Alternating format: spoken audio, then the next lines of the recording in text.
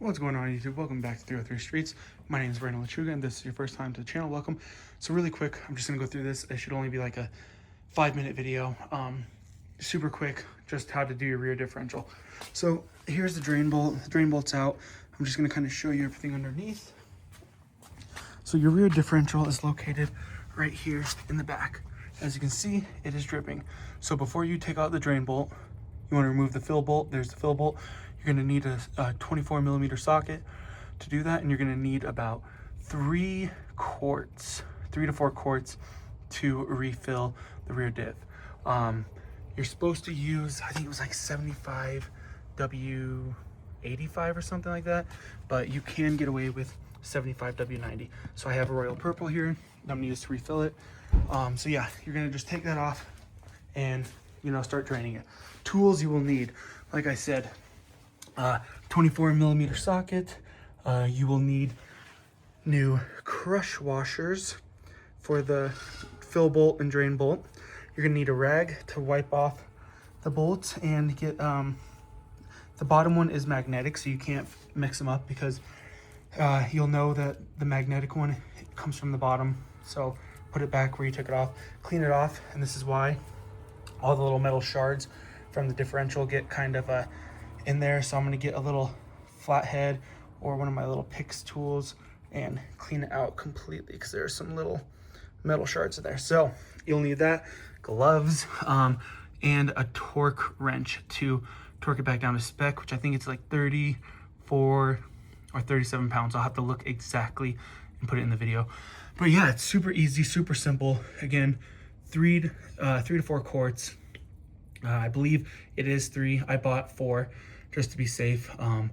Yeah, and then I'll show you what it looks like put back together really quick and how many quarts I used exactly. All right, few quick things. So as you can see, it's kind of coming out of the top. That's the fill bolt, so I'm gonna let it kind of drip until it slowly stops. So I overfilled it. 2, you need to definitely make sure you have a pump. Mine broke, so I had to use a hose. If you want to avoid spending the money on a pump or the hoses, it's definitely a lot more difficult with the bottles. The bottles make it very difficult to fill it back up.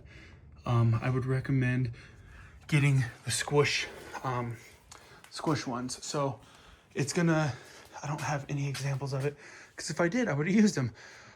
They're gonna come in like a bag kind of thing, and they're just flexible, so you can kind of maneuver them and work them around the back. So if you don't have a pump, you're gonna need a hose, or you're gonna need the squish bags, and they're kind of like, again, like the ice melt in a bag like that, just with a little top, and you can kind of just squeeze them out.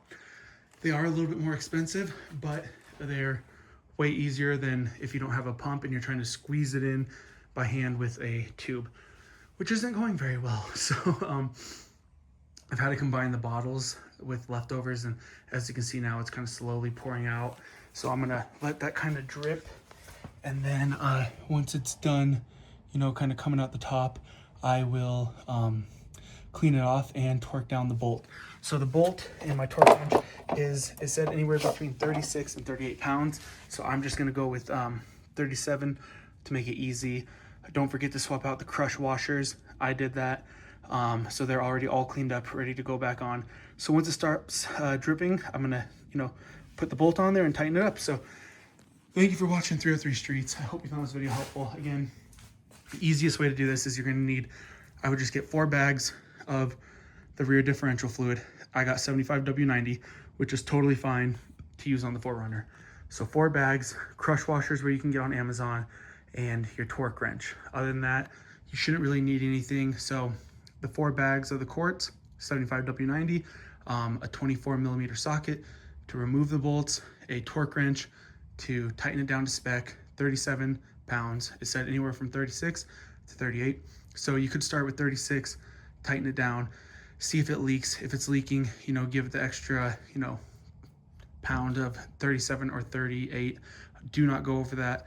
And then, yeah, just swap out the crush washers before you put the bolts in. So hopefully you found this video helpful. This should be a 10-minute job if you don't have the hose or the pump, it's going to be a lot longer, especially if you have the plastic bottles. Get the thin plastic that is, you know, mobile and squishes. So don't get the hard plastic. But thank you for watching 303 Streets. I hope you enjoyed this video. Like, subscribe, and stay tuned for more videos to come.